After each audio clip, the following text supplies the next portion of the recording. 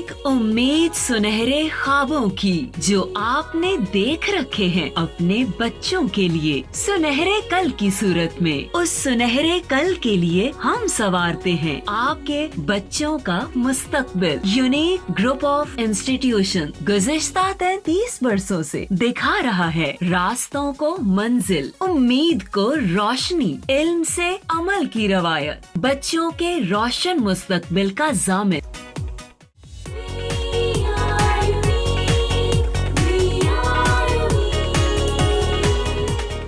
बिस्मिल्लाहिर्रहमानिर्रहीम। अस्सलाम वालेकुम स्टूडेंट्स, कैसे हैं बेटा? आई होप सो कि आप सब खैरियत से होंगे। जी बेटा, आज हमारा लेक्चर जो है ये बुक 2 बायोलॉजी ग्रेड 10 से हमारा चैप्टर चल रहा है बेटा रिप्रोडक्शन। उस चैप्टर से हमने जो आज पढ़ना है, हमारा लेक्चर है जर्मिनेशन ऑफ सीड और लेक्चर नंबर है 67, यानी कि हमारे 67th लेक्चर जो है वो हमारा चल रहा है। 66 लेक्चर जो हैं वो हो चुके हैं और मैं मोहम्मद अशफाक बशीर, आपका बायोलॉजी टीचर। जी बेटा, आज का टॉपिक हमने पढ़ना है जर्मिनेशन ऑफ सीड। लेकिन जैसे कि मैंने आपको प्रीवियस लेक्चर में बेटा कहा कि आप लोगों ने प्रिपेयर करना है उस लेक्चर को। अब without preparation of seed development हम सीड जर्मिनेशन को नहीं पढ़ सकते। अब किसी शख्स को पता ही नहीं है कि सीड के अंदर कौन कौन सी चीज़ें हैं, उसके बगैर हम सीड जर्मिनेशन को, उसके फूटने को हम नहीं पढ़ सकते। तो उसके लिए ज़रूरी है लेक्चर नंबर 66 आपको प्रिपेयर होना चाहिए। आई होप सो कि आपने बहुत अच्छे तरीके से उसको प्रिपेयर भी किया होगा। अगर नहीं किया तो फिर बेटा आपको जो है वो पहले डेवलपमेंट को समझना होगा, उसको याद करना होगा और फिर आपको जो है ये सारी बातें समझ में भी आ जाएंगी। जी बेटा, स्टार्ट करते हैं जर्मिनेशन ऑफ सीड को। जर्मिनेशन ऑफ सीड आज के लेक्चर में हम देखेंगे। हमारे लेक्चर के जो मकासद हैं, ऑब्जेक्टिव्स हैं, वही हमारे की पॉइंट्स हैं। हम जर्मिनेशन ऑफ सीड को डिफ़ाइन करेंगे, इसको समझेंगे, इसका मैकेनिज़्म देखेंगे किस तरह से होती है। उसके बाद बेटा हम टाइप्स ऑफ जर्मिनेशन को देखेंगे। Then we will discuss conditions for germination of seed या सीड जर्मिनेशन। अब जर्मिनेशन कब होती है? प्रीवियस लेक्चर में हमने ये देखा कि सीड प्रिपेयर हो गया। Sexual reproduction in flowering plants का मकसद और मतलब ही सिर्फ ये था कि सीड प्रोड्यूस किए जाएं। जब बेटा सीड प्रोड्यूस हो गए तो अब सीड प्रोडक्शन के बाद, सीड फॉर्मेशन के बाद, अब असल में सीड प्रोड्यूस क्यों किए गए थे? सीड प्रोड्यूस इसलिए किए गए थे ताकि उस नस्ल के, उस जिनस के, उस स्पीशीज़ के और भी प्लांट्स जो हैं वो ग्रो करवाए जाएं। रिप्रोडक्शन का मकसद ये है रिप्रोडक्शन, यानी कि बार बार प्रोडक्शन। प्रीवियसली एग्जिस्टिंग ऑर्गेनिज्म्स जो हैं वो न्यू ऑर्गेनिज्म्स को ओरिजिनेट करवाते हैं। तो मकसद तो ये था कि नए प्लांट्स जो हैं वो ग्रो करें। अब इस मकसद के लिए सीड प्रोड्यूस किए गए और हमें पता है सीड्स जो हैं वो जब भी फूटते हैं, जर्मिनेट करते हैं, तो फिर नए प्लांट्स जो हैं वो ग्रो करेंगे। तो असल मकसद फिर क्या है? रिप्रोडक्शन का असल मकसद था सीड्स को प्रोड्यूस करवाया जाए।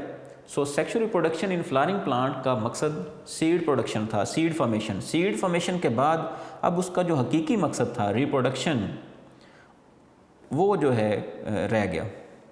यानी कि रिप्रोडक्शन का प्रोसेस जो है वो कंप्लीट होने में जस्ट क्या काम रह गया? सीड जो है उसकी जर्मिनेशन हो जाए, सीड जो है वो फूट जाए और उससे नया प्लांट ग्रो कर जाए। ठीक है।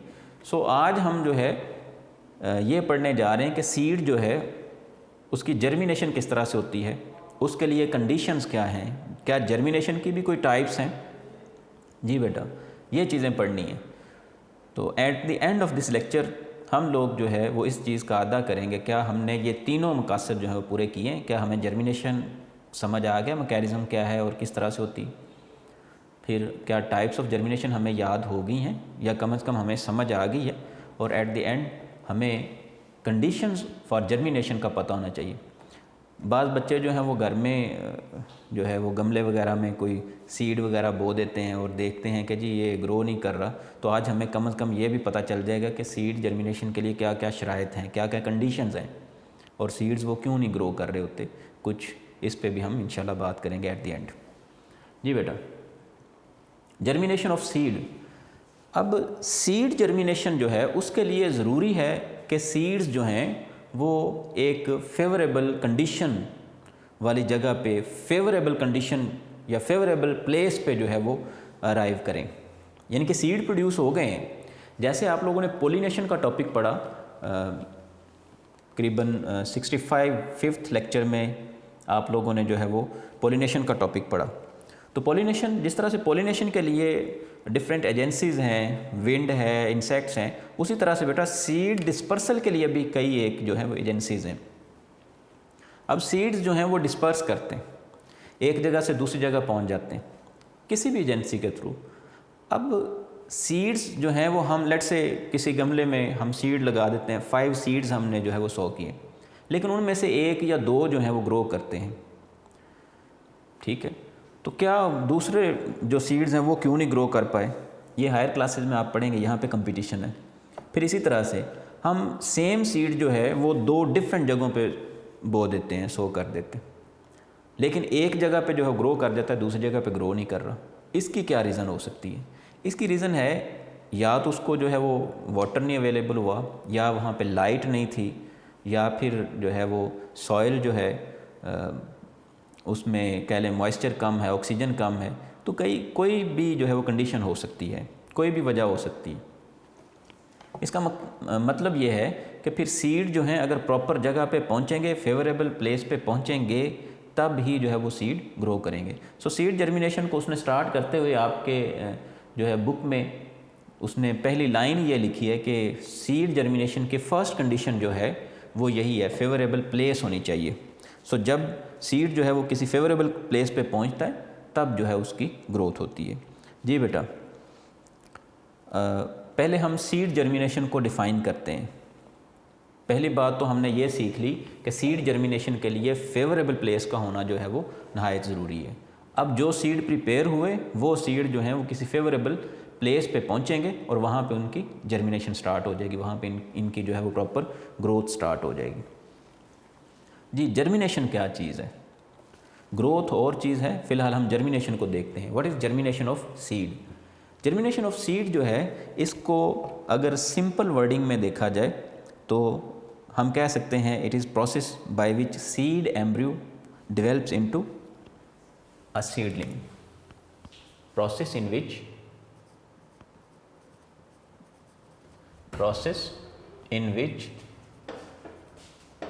a seed embryo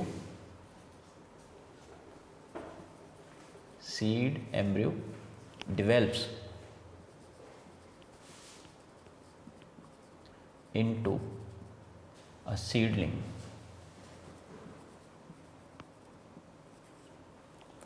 सीडलिंग जो है ये क्या चीज़ है?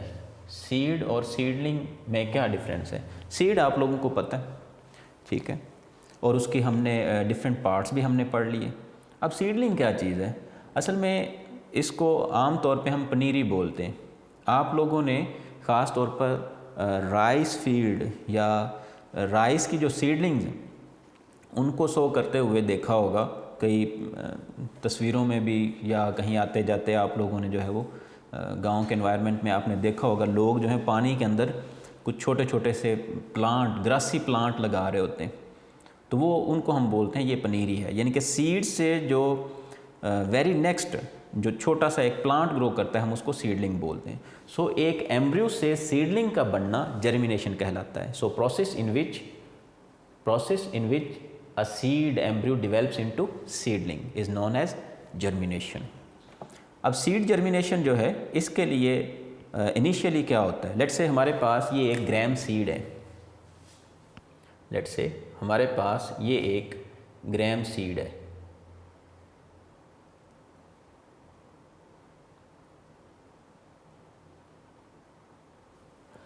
ग्राम सीड जो है इसके ऊपर एक कवरिंग है जिसको हमने बोला जी ये सीड कोट है।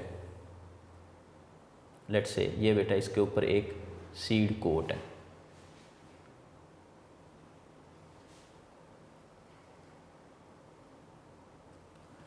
अब इसमें एक और छोटा सा पोर मौजूद होता है, मैं यहाँ पे शो कर देता हूँ, जिसको हमने बोला माइक्रोपाइल।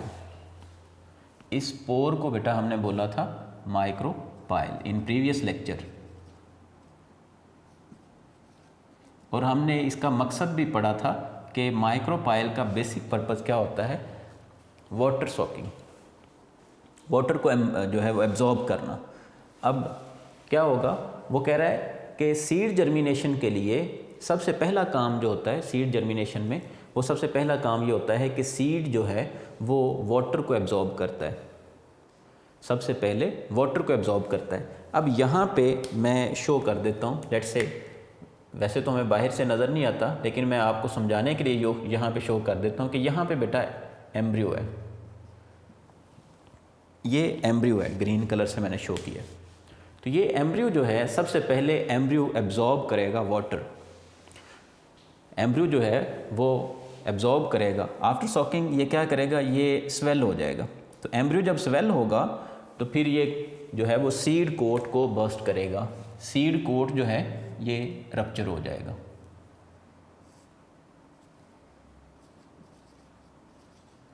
सीड कोट, तो पहला मरहला जो है वो सीड जर्मिनेशन में वो एम्बाइबेशन ऑफ वाटर है या एब्जॉर्प्शन ऑफ वाटर है, और देन जो है वो रप्चरिंग ऑफ सीड है। तो हम इसको स्टेप बाय स्टेप लिख लेते हैं। सबसे पहले जो है वो एब्जॉर्प्शन ऑफ वाटर है, absorption of water by embryo, और नंबर 2 पे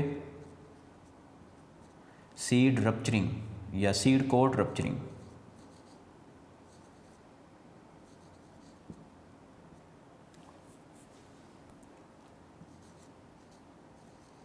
मैं इसको लिख देता हूँ सीड कोट ब्रेकेज। नंबर 3 पे क्या होगा, अब सीड कोट जब जो है वो रप्चर हो जाता है, absorption of water by embryo की वजह से क्या होता है, एम्ब्रियो स्वेल हो जाता है, जिसकी वजह से प्रेशर बढ़ता है वॉल्स पे और सीड कोट जो है वो बर्स्ट कर जाता है। अब उसके बाद 3rd पे क्या होता है, फर्स्ट स्ट्रक्चर जो है वो रूट है,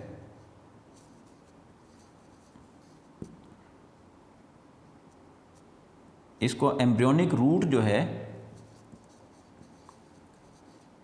emerges from radical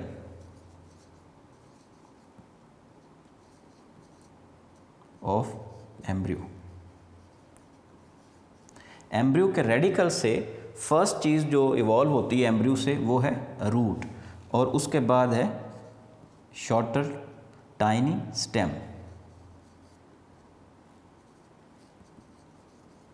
tiny stem from plumule. जी बेटा, सीड जर्मिनेशन क्या है, हमने बोला सीड जर्मिनेशन प्रोसेस है in which a seed embryo develops into seedling. उसके बाद हमने ये देखा सीड जो है, सीड कोट और माइक्रोपाइल मैंने शो कर दी। अब नंबर 1 पे तो ये हुआ कि एब्जॉर्प्शन ऑफ वाटर होगी बाय माइक्रोपाइल, ठीक है, और एम्ब्रियो इसको जो है वो एब्जॉर्ब करेगा। After imbibition of water, imbibition of water के बाद क्या होगा, सीड कोट जो है ये रप्चर होगा, ब्रेकेज होगी।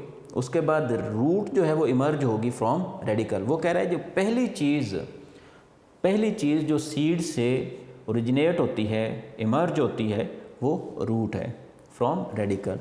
और याद रखना रूट के बाद जो है प्लोम्यूल से टाइनी स्टेम जो है वो इमर्ज होता है। जी बेटा, तो ये सारी बातें समझ में आ गई। ये है प्रोसेस ऑफ सीड जर्मिनेशन।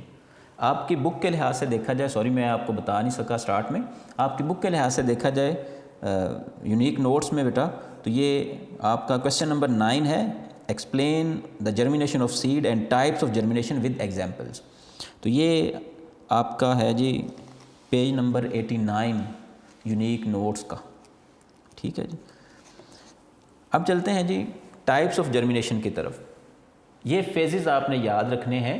सबसे पहले एम्बाइबेशन या absorption of water by embryo through micropyle, then seed coat breakage, then first structure जो कि इमर्ज होती है फ्रॉम रेडिकल, वो है रूट। और उसके बाद रूट के बाद जो बेटा स्ट्रक्चर इमर्ज होती है वो है टाइनी स्टेम फ्रॉम प्लोम्यूल। जी बेटा, अब आते हैं टाइप्स ऑफ जर्मिनेशन की तरफ। Types of germination. अब टाइप्स ऑफ जर्मिनेशन को पढ़ना है तो उससे पहले एक चीज़ की तरफ मैं ज़रा इशारा कर दूँ, इसको ज़रा यहाँ पे आप समझ लें। आप लोगों ने बेटा पढ़ा कि लेट्स से ये हमारे पास ग्राउंड है, ठीक है जी। हम जब सीड को सो करते हैं बेटा तो उसमें सीड जो है वो ग्रो करता है, तो बाज़ दफ़ा आपने देखा होगा कि कॉटिलेडन जो है वो बाहर नज़र आ रहे होते हैं। सीड जब ग्रो करता है तो कॉटिलेडन बाहर दिखाई दे रहे होते हैं, और बाज़ दफ़ा जो है वो जस्ट एक टाइनी स्टेम हमें दिखाई दे रहा होता है। बहरहाल इस तरफ हम बाद में जाते हैं। मैं आपको जो एक चीज़ समझाना चाह रहा था वो ये है बेटा कि हमने दो तरह का प्लोम्यूल जो है उससे निकलने वाला जो स्टेम था, जिसको हमने फ्यूचर स्टेम बोला या शॉर्ट स्टेम हमने बोला या एम्ब्रियोनिक स्टेम बोला। तो एम्ब्रियोनिक स्टेम जो है बेटा उसमें उसकी हमने दो टाइप्स पढ़ी। एम्ब्रियोनिक स्टेम जो है उसके दो पार्ट्स हमने पढ़े। ये ज़रा देखें, लेट्स से ये हमारे पास एक एम्ब्रियोनिक स्टेम है, तो स्टेम के दोनों साइडों पे लेट्स से ये और ये दो बेटा कॉटिलेडन जो हैं वो अटैच हैं, दो कॉटिलेडन अटैच हैं। ये हमारे पास एक एम्ब्रियोनिक स्टेम है।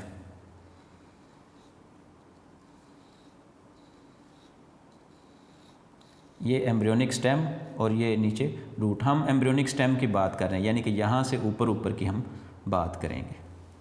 तो हमने ये कहा कि एम्ब्रियोनिक स्टेम जो है इसके दो पार्ट्स हैं। ये यहाँ पे कॉटिलेडन बेटा अटैच हैं। इसका अपर पार्ट जो है बेटा, ये इसका जो अपर पार्ट है इसको हमने नाम दिया था प्रीवियस लेक्चर में एपिकोटाइल। एपिकोटाइल। और नीचे वाला हिस्सा जो था इस हिस्से को हमने नाम दिया था बेटा हाइपोकोटाइल। इस हिस्से को हाइपोकोटाइल। समझाना बेटा ये चाह रहा हूँ कि हमें दोबारा से एपिकोटाइल और हाइपोकोटाइल का पता होना चाहिए। मैंने प्रीवियस लेक्चर में आपको ये बताया है कि जहाँ पे कॉटिलेडन अटैच होते हैं विद एम्ब्रियो के साथ, जहाँ पे कॉटिलेडन अटैच होते हैं उसका अपर पोर्शन और लोअर पोर्शन, हमने इन दो को नाम दिया है। पहली बात तो ये है कि ये एपिकोटाइल और हाइपोकोटाइल किस चीज़ के पार्ट हैं। देखें, रूट की तो मैं बात ही नहीं कर रहा बेटा, ये रूट है नीचे, रूट से ऊपर वाले हिस्से की बात कर रहा हूँ। रूट से ऊपर क्या है? प्लोम्यूल से बनने वाला टाइनी स्टेम, जिसको हमने एम्ब्रियोनिक स्टेम बोला। ये ओवरऑल एम्ब्रियोनिक स्टेम है। चले मैं रूट को भी ख़त्म कर देता हूँ। अब जो हमारे पास बचा है ये एम्ब्रियोनिक स्टेम है। ये एम्ब्रियोनिक स्टेम जो है इसके दो हिस्से हैं। एक वो हिस्सा है जो above the point of attachment of cotyledon है। लेट्स से ये मैंने शो किया हुआ है ब्लू कलर से कॉटिलेडन, ये एम्ब्रियोनिक स्टेम है और यहाँ पे ये कॉटिलेडन अटैच हैं। इससे ऊपर वाला पोर्शन जो है, जहाँ पे ये ब्लू मार्कर मैंने रखा है, इसके ऊपर वाला पोर्शन बेटा ये कहलाएगा एपिकोटाइल। एपी अबव, ठीक है, कोटाइल कॉटिलेडन से, तो अबव कॉटिलेडन, ठीक हो गया जी। और ये जो लोअर पोर्शन है, ये लोअर पोर्शन है, इसको हम बोलेंगे बेटा ये हाइपोकोटाइल है। हाइपो बिलो, कोटाइल कॉटिलेडन से है, तो बिलो कॉटिलेडन जो पोर्शन है उसको हम बोलेंगे हाइपोकोटाइल, और अबव कॉटिलेडन जो पोर्शन है ऑफ एम्ब्रियोनिक स्टेम उसको हम बोलेंगे एपिकोटाइल। आई होप सो कि आपको हाइपोकोटाइल और एपिकोटाइल दोनों में डिफरेंस का पता चल गया होगा। अब हम चलते हैं टाइप्स ऑफ जर्मिनेशन की तरफ। जी बेटा,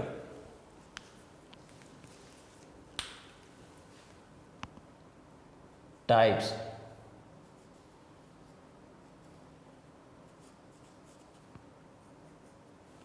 टाइप्स ऑफ जर्मिनेशन, दो तरह की जर्मिनेशन है, लेकिन जर्मिनेशन की टाइप्स की जो बेस है वो एलोंगेशन है।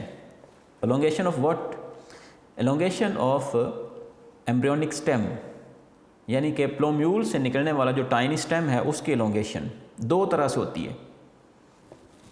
एक में एपिकोटाइल एलोंगेट कर जाता है और एक में हाइपोकोटाइल एलोंगेट कर जाता है। तो इसलिए दो तरह की जो है वो जर्मिनेशन हो सकती है। कौन कौन सी, वन बाय वन देखते हैं जी। नंबर 1 पे इसको हम बोलेंगे एपिजियल जर्मिनेशन।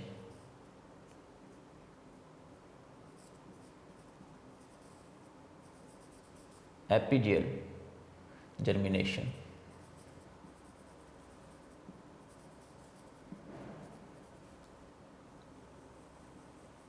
और नंबर 2 पे है बेटा हाइपोजियल।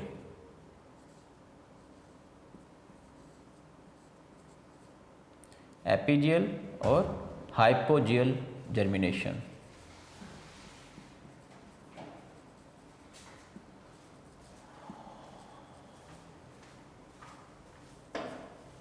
जी बेटा, दो तरह की जर्मिनेशन, एपिजियल जर्मिनेशन और हाइपोजियल जर्मिनेशन। दोनों में क्या डिफरेंस है? पहली बात तो आपने ये जहन नशीन फरमा लेना है कि आपको एपिकोटाइल और हाइपोकोटाइल का एग्जैक्ट पता होना चाहिए। उसके बाद ये तो कोई चीज़ भी नहीं है, ये बहुत इजीली आपको याद हो जाएगा और ये कॉन्सेप्ट जो है वो आपको समझ में आ जाएगा अगर आपको एपिकोटाइल और हाइपोकोटाइल की समझ है। हम पहले डिफ़ाइन करते हैं एपिजियल जर्मिनेशन को। एपिजियल जर्मिनेशन जो है इसको किस तरह से आप डिफ़ाइन कर सकते हैं? एक एक लाइन दोनों में ऐड करते जाएंगे। एपिजियल जर्मिनेशन जो है इसको हम डिफ़ाइन कर सकते हैं that type of germination in which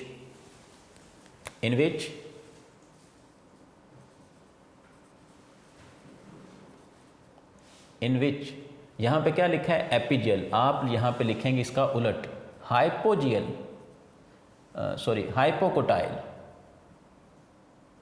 hypocotyl elongates in which hypocotyle elongates, that type of germination in which hypocotyle elongates। ठीक है जी, ये एक बात होगी। अब ये ज़रा नोट फरमाएं कि यहाँ पे मैंने लिखा है एपिजियल और यहाँ पे हमने लिखा है हाइपोकोटाइल। याद रखना एपिजियल जर्मिनेशन में हाइपोकोटाइल एलोंगेट करेगा और हाइपोजियल जर्मिनेशन में फिर एपिकोटाइल एलोंगेट करेगा जी। इसमें हम लिखेंगे इन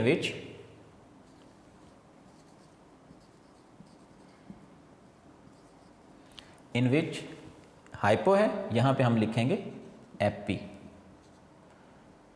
एपिकोटाइल एलोंगेट्स।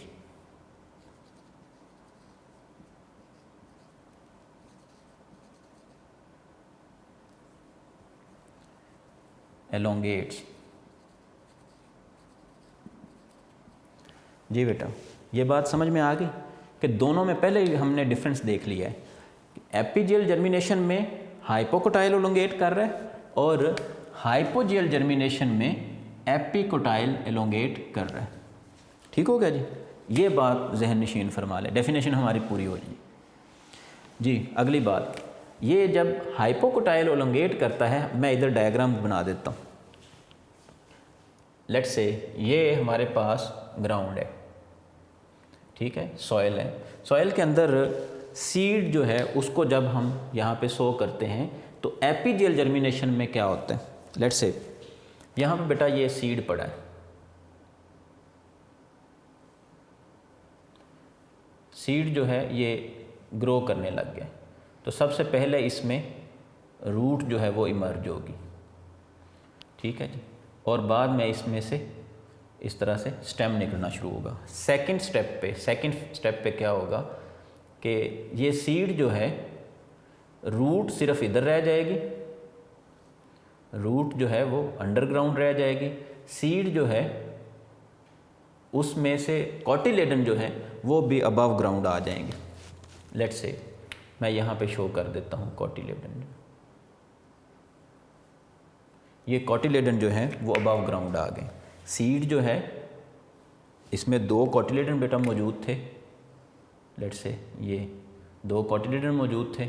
अब कॉटिलेडन जो हैं वो इस तरह से अबव ग्राउंड आ गए और ये इसके ऊपर जो है वो इस तरह से ये प्लांट ग्रो कर रहा है। मैंने जस्ट 2 स्टेजेस लिखी हैं, 2 स्टेजेस ड्रॉ किए हैं कि एक जो है वो सीड यहाँ पे आप शो कर दें, सीड, फिर उसकी ग्रोथ स्टार्ट हो गई है और ग्रोथ इस तरह से हुई है कि इसका नीचे वाला पोर्शन जो है, इसका बेटा जो नीचे वाला पोर्शन है किसका, प्लोम्यूल का, फ्यूचर स्टेम का जो नीचे वाला पोर्शन है वो ग्रो कर गया। अब इसको ज़रा समझना है आपने, इसके 2 हिस्से हैं, ये एक ये हिस्सा है जिसको हमने बोला एपिकोटाइल। यहाँ पे बेटा एपिकोटाइल ग्रो नहीं किया, यहाँ पे ग्रो किया है ज़्यादा हाइपोकोटाइल। ये नीचे वाला पोर्शन, इसको हमने बोला है हाइपोकोटाइल, ये वाला हिस्सा हाइपोकोटाइल।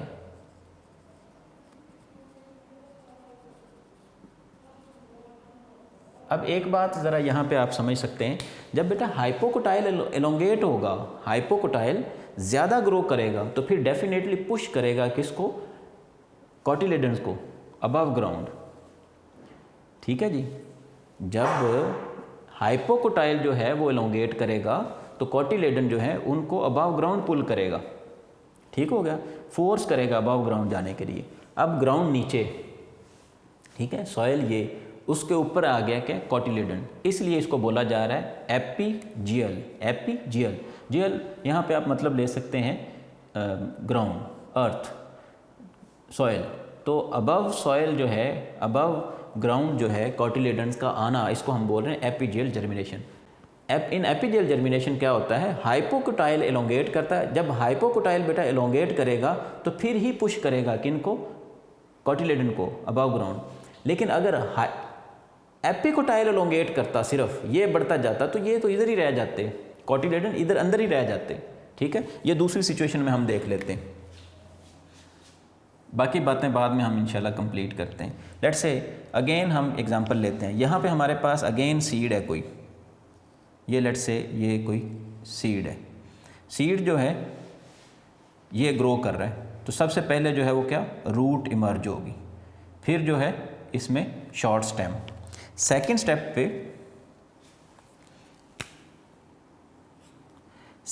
पे क्या होगा बेटा, सेकेंड स्टेप पे यही सीड जो है, इसमें से कॉटिलेडन जो है लेट्स से वो सेपरेट हो गए, जिस तरह से मैंने पहले शो किया है। लेट्स से ये 2 कॉटिलेडन जो है, ठीक है जी, और ये इसमें बेटा रूट है। ठीक, उसके बाद तीसरी चीज़ जो है वो थी इसका ये वाला हिस्सा ग्रो कर गया। कौन सा हिस्सा, अपर एपिकोटाइल। इसमें एपिकोटाइल जो है वो एलोंगेट हो गए। इन हाइपोजियल जर्मिनेशन, हाइपोजियल जर्मिनेशन में क्या होता है, कॉटिलेडन जो है वो बिलो ग्राउंड रह जाते हैं, अंडरग्राउंड रह जाते हैं, और जस्ट जो है इसका अपर पोर्शन प्लोम्यूल से बनने वाला जो फ्यूचर स्टेम है, जिसको हमने बोला एम्ब्रियोनिक स्टेम। एम्ब्रियोनिक स्टेम के बेटा 2 हिस्से, एपिकोटाइल और हाइपोकोटाइल। जब एपिजियल जर्मिनेशन होती है तो फिर हाइपोकोटाइल एलोंगेट होता है, एपिकोटाइल की ग्रोथ कम होती। जब हाइपोजियल जर्मिनेशन होती है तो इस टाइप की जर्मिनेशन में बिलो ग्राउंड, अंडरग्राउंड रह जाते हैं कॉटिलेडन। इसमें कॉटिलेडन बाहर आ जाते हैं, इसमें कॉटिलेडन अंदर ही रह जाते हैं। इसमें एपिकोटाइल जो है उसकी ग्रोथ कम होती, इसमें एपिकोटाइल की ग्रोथ जो है वो ज़्यादा होती है। इसमें हाइपोकोटाइल जो है वो पुल करता है कॉटिलेडन को अबव ग्राउंड, जबकि इधर जो है वो हाइपोकोटाइल जो है वो एलोंगेट ही नहीं हुआ, तो वो पुल कैसे करेगा, वो पुश कैसे करेगा, सॉरी। जब ये नीचे वाला पोर्शन जो है वो हाइपोकोटाइल यहाँ पे एलोंगेट ही नहीं हो रहा बेटा, ऊपर वाला पोर्शन एलोंगेट हो रहा है, दैट इज एपिकोटाइल। तो एपिकोटाइल की एलोंगेशन की वजह से जो है कॉटिलेडन वो इधर ही रह जाते हैं। ठीक होगा जी बेटा, आई होप सो कि आपको ये दोनों में डिफरेंस का पता चल गया होगा। अब हम अपनी डेफिनेशन को कंप्लीट करते हैं, कंडीशंस को पूरा करते हैं। Epigeal germination in which hypocotyl elongates, hypogeal germination in which epicotyl elongates. इसमें एपी में हाइपोकोटाइल और हाइपो में एपिकोटाइल एलोंगेट हो रहे हैं। उसके बाद क्या होगा, यहाँ पे वो कह रहा है हाइपोकोटाइल एलोंगेट्स फॉर्म्स अ हुक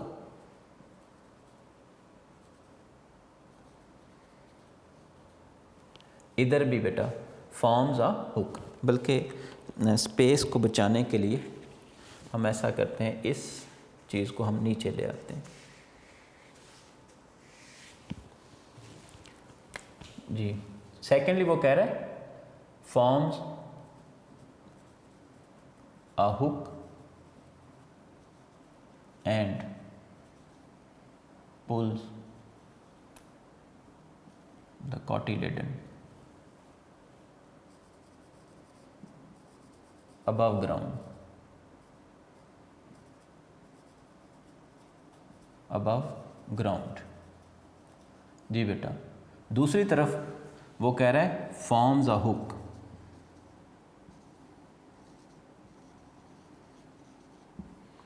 फिर वो कह रहा है cotyledons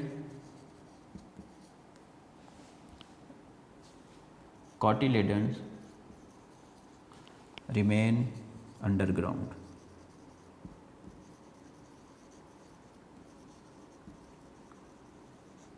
जी बेटा, दोनों तरह की जर्मिनेशन आपने देख ली। इसमें वो कह रहा है कॉटिलेडन को हुक बना के बाहर ले आता है कौन, हाइपोकोटाइल। यहाँ पे बेटा वो कह रहा है कि इसमें सारी फंक्शनिंग किसकी है, हाइपोकोटाइल की।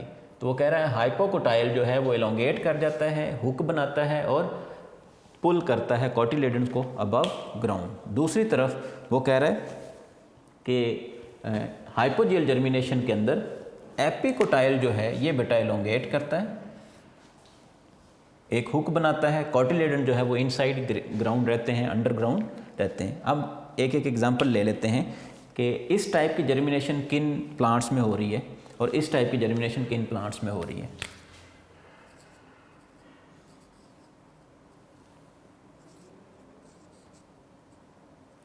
जी बेटा, एपिजियल जर्मिनेशन जो है ये हो रही है बीन्स में होती है, इसी तरह से पपाया में है और कॉटन में। Beans, cotton and papaya etcetera. दूसरी तरफ हाइपोजियल जर्मिनेशन जो है ये पी प्लांट में हो रही, मेज़ में और कोकोनट। पी प्लांट में हो रही, मेज़ में हो रही है और कोकोनट में। जी बेटा, अब एक चीज़ रह गई आज के लेक्चर में। आज के लेक्चर में हमारी एक चीज़ रह गई है, वो है कंडीशंस फॉर जर्मिनेशन। अब क्या शराइत हैं जर्मिनेशन के लिए, इससे पहले एक और बात छोटी सी, वो ये डोरमेंसी। डोरमेंसी क्या चीज़ है, इसको ज़रा इधर समझ लेते हैं। ये एक कह लें कि ये एक एक्स्ट्रा टर्म है, ये मैं आप लोगों को इधर समझा देता हूँ। डोरमेंसी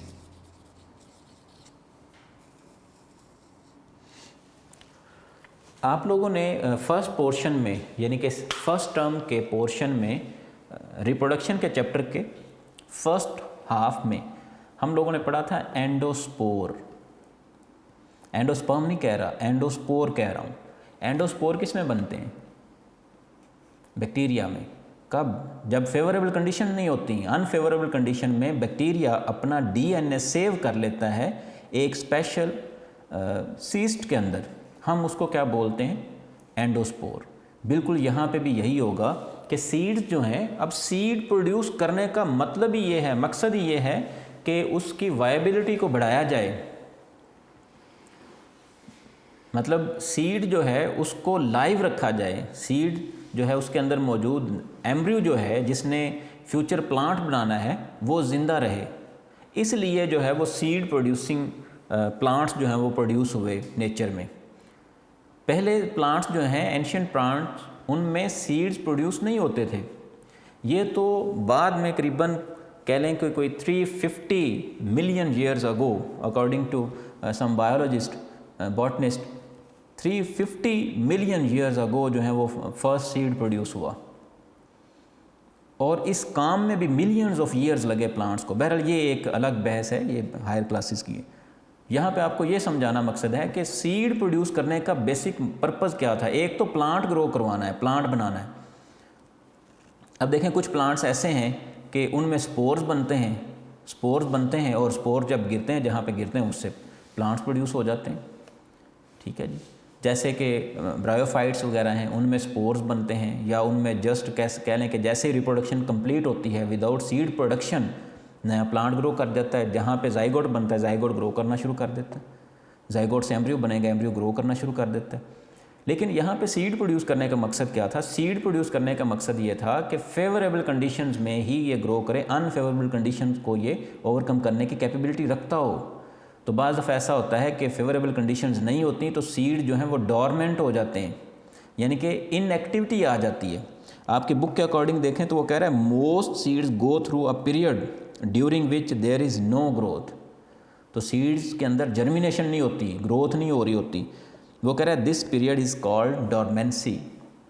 ये सीड डोरमेंसी कहलाती है, यानी कि when there is no growth. Simply हम ये कह सकते हैं condition when there is no growth.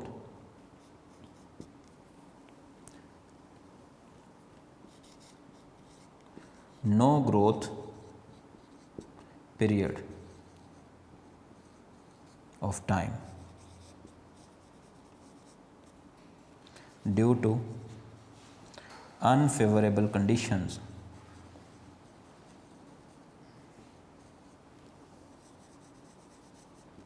तो सीड जब unfavourable conditions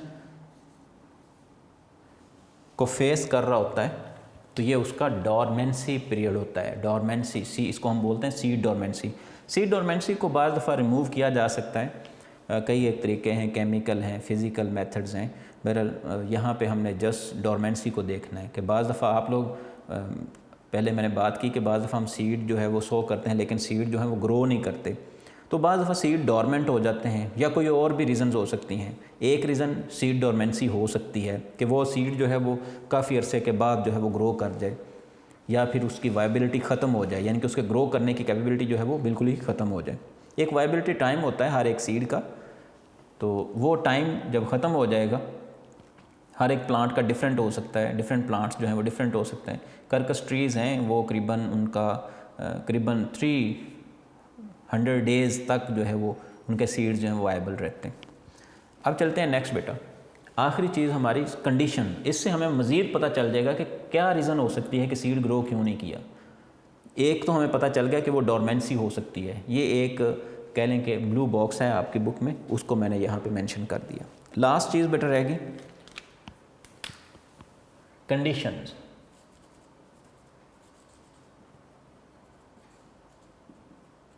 conditions for seed germination.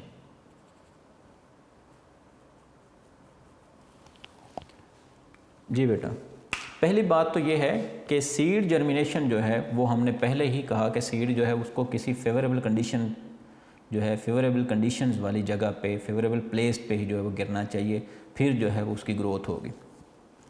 अब सीड जर्मिनेशन के लिए कुछ फर्दर कंडीशंस आए। याद रखना 2 तरह की कंडीशंस हो सकती हैं सीड जर्मिनेशन के लिए। कौन कौन सी? एक इंटरनल कंडीशंस है,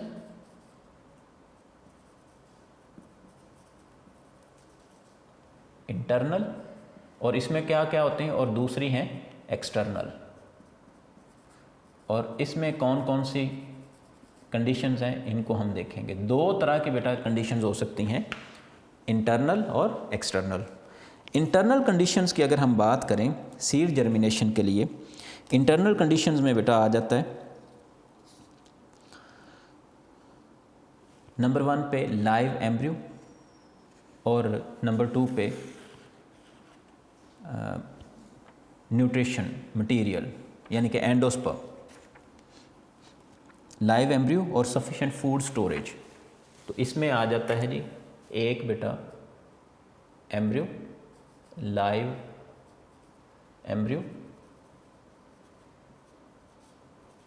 और नंबर 2 पे sufficient food.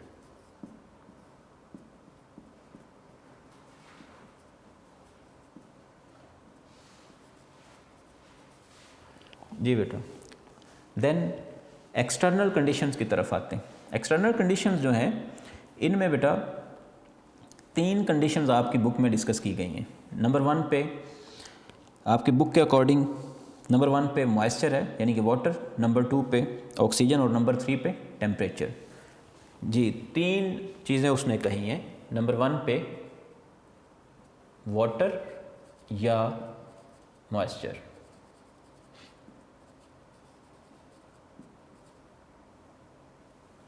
नंबर 2 पे ऑक्सीजन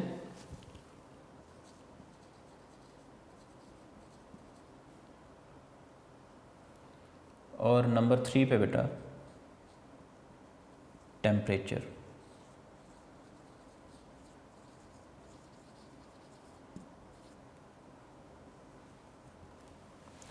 जी बेटा 3 चीज़ें कंडीशंस में, एक्सटर्नल कंडीशंस में वाटर, ऑक्सीजन और टेम्परेचर। 1 बाय 1 इनको देखते हैं ज़रा। वाटर क्यों ज़रूरी है ये हमने देखा मैकेनिज़्म में कि किस तरह से पहली बात उसने ये की है absorption of water by embryo through micropyle. तो इसका मतलब ये है कि वाटर जो है वो प्राइमरी कह लें कंडीशन है, प्राइमरी थिंग है जो है वो इनिशियली किसी सीड को चाहिए, प्राइमरी रिक्वायरमेंट है। सो इसलिए यहाँ पे उसने कहा है कि seeds of most plants have low water content. Mostly जो सीड्स होते हैं उनमें वाटर कंटेंट कम होता है।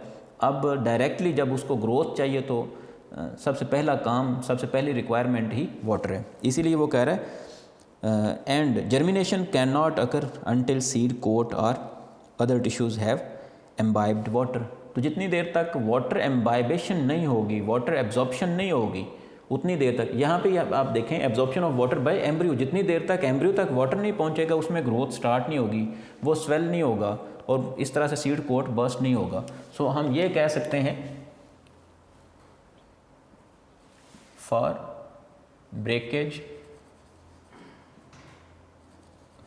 Breakage of seed coat. तो सीड कोट की ब्रेकेज के लिए रिक्वायर्ड है वाटर। ठीक है जी।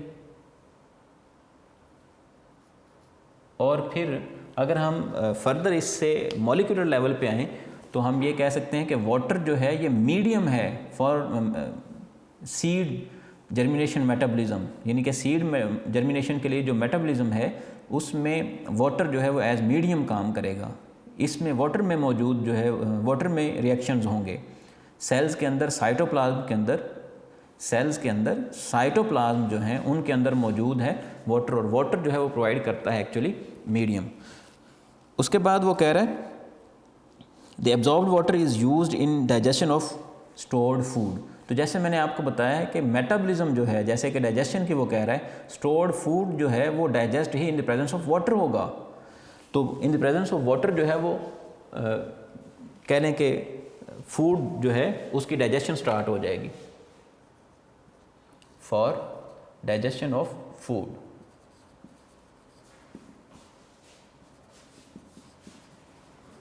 कौन सा फूड? जिसकी बात हमने की है सफिशिएंट फूड स्टोरेज, जो कि वो कोटिलेडन के अंदर मौजूद है in the form of endosperm tissue.